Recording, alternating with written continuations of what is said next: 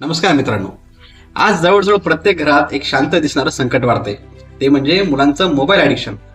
लहान मूल शांत बसलं की आपण खुश होतो, पण तो शांतपणा मेंदूला किती नुकसान करतो हे आपल्याला देखील कळत नाही. मुलांचा मेंदू जन्मानंतर झपाट्याने वाढतो. पहिली 10 ते 12 वर्ष ही मेंदूची फाउंडेशन पिरियड असते.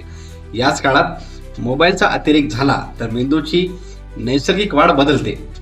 मोबाईलमधून सतत मिळणारे रंग, रील्स, आवाज, गेम्स यामुळे मेंदूत डोपामिन नावाचं केमिकल अचानक जास्त प्रमाणात रिलीज होतं.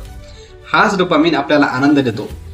पण लहान वयात जर खूप जास्त डोपामिन मिळालं तर मेंदूला साध्या गोष्टीमधून मिळणारा आनंद नाहीसा होतो.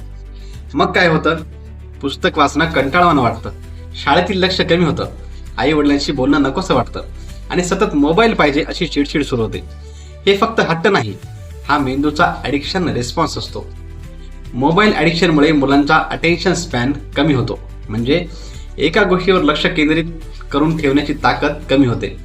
आज 8 ते 10 वयाची मुलं म्हणतात की मला अभ्यासात लक्ष लागत नाहीये, पण खरं कारण अभ्यास नाही, मेंदू मोबाईलच्या वेगाशी जुळून घेतोय. आणखी एक मोठा परिणाम म्हणजे भावनिक विकास. मोबाईलवर वाढणारी मुलं राग पटकन करतात, ते पराभव सहन करत नाहीत आणि थोड्याशा गोष्टींना फ्रस्ट्रेट होतात. कारण रिअल वर्ल्डमध्ये इन्स्टंट रिवॉर्ड बिलकुल नसतो, तो मोबाईलमध्ये असतो. झोपेवर परिणाम होणं हा तर सर्वात गंभीर मुद्दा आहे.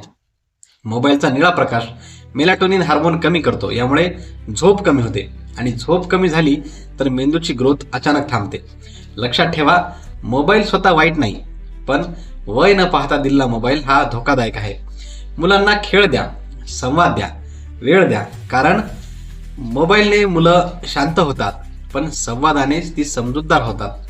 आज मोबाईल हातात दिला तर उद्या लक्ष, स्मरणशक्ती आणि भावना आपल्या हातातून निसटू शकतात. त्यामुळे वेळेतच थांबा, कारण मेंदू एकदाच घडतो.